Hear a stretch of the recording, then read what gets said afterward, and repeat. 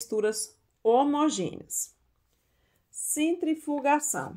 A centrifugação, ela é usada para acelerar o processo de decantação, utilizada em clínicas para separar o plasma do sangue. Então, o movimento circular, né, que acontece aí nessa centrífuga, esse movimento circular giratório é parecido com a máquina de lavar roupa, certo? O que é que vai acontecer? Esse movimento vai fazer com que a parte sólida vá para baixo, né, decante, fique embaixo, e a parte líquida fique em cima. Então, esse movimento giratório, ele força esse processo de decantação mais rápido. Ele vai fazer com que a parte sólida fique lá embaixo, decante, fique embaixo, e a parte líquida fique mais em cima. Essa é a forma de centrifugação, é uma separação de mistura homogênea, que a gente vê uma coisa só, uma fase só. Evaporação. Evaporação é um processo natural e lento, usado, que seria através do sol, em que ocorre esse processo de sair do estado líquido para o gasoso, né? Aí tem um exemplo de tanques de água do mar, em que o sol ele vai bater, né, de forma natural ali, ele vai esquentando essa água de forma natural e essa água ela vai evaporando bem lentamente e aí vai ficando o sal, né, a água vai evaporar e o sal vai ficar. Destilação simples. Vai usar a diferença entre os pontos de ebulição das substâncias que compõem a mistura. A destilação simples, né, ela vai estar mostrando aí um destilador, nessa imagem é um destilador, em que tem o fogo.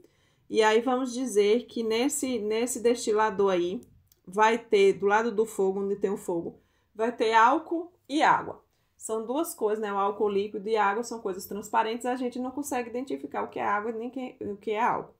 Só que o álcool, ele entra em ebulição mais cedo do que a água.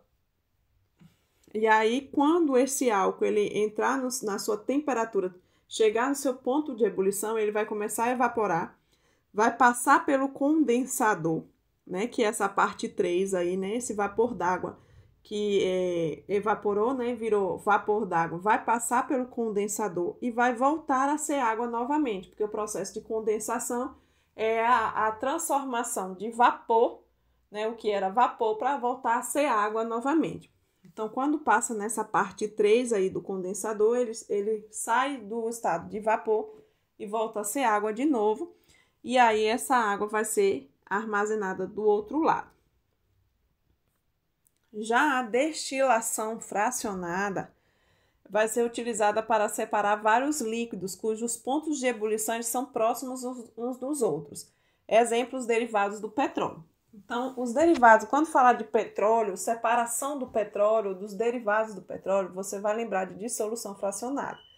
Aí, esse exemplo dessa coluna aí é chamado de coluna de fracionamento, né? Aí coloca fogo, esquenta, né, esse petróleo, coloca fogo no petróleo e aí ele vai entrando em ebulição, vai se tornando vapor e vai passando por essas colunas aí do fracionamento.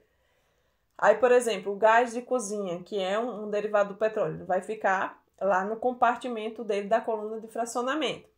Gasolina fica em outro compartimento. Óleo diesel em outro compartimento. O pinche fica em outro compartimento. E aí vai ficando nesses compartimentos dessa coluna colorida aí de fracionamento. E a cromatografia. A cromatografia é usada para a identificação dos seus componentes. Nessa mistura existem uma fase móvel e uma estacionária. A interação com a fase móvel promove a separação dos componentes. Um exemplo é a separação de pigmentos de uma tinta de uma caneta comum em várias outras substâncias coloridas. Aí eu dei o exemplo, né, em sala de aula daquelas canetas que quando você olha, você só vê você olha no tubinho dela, né? Você só vê um líquido escuro, mas quando você começa a escrever, vai sair verde, ou então vai sair vermelho, vai sair azul.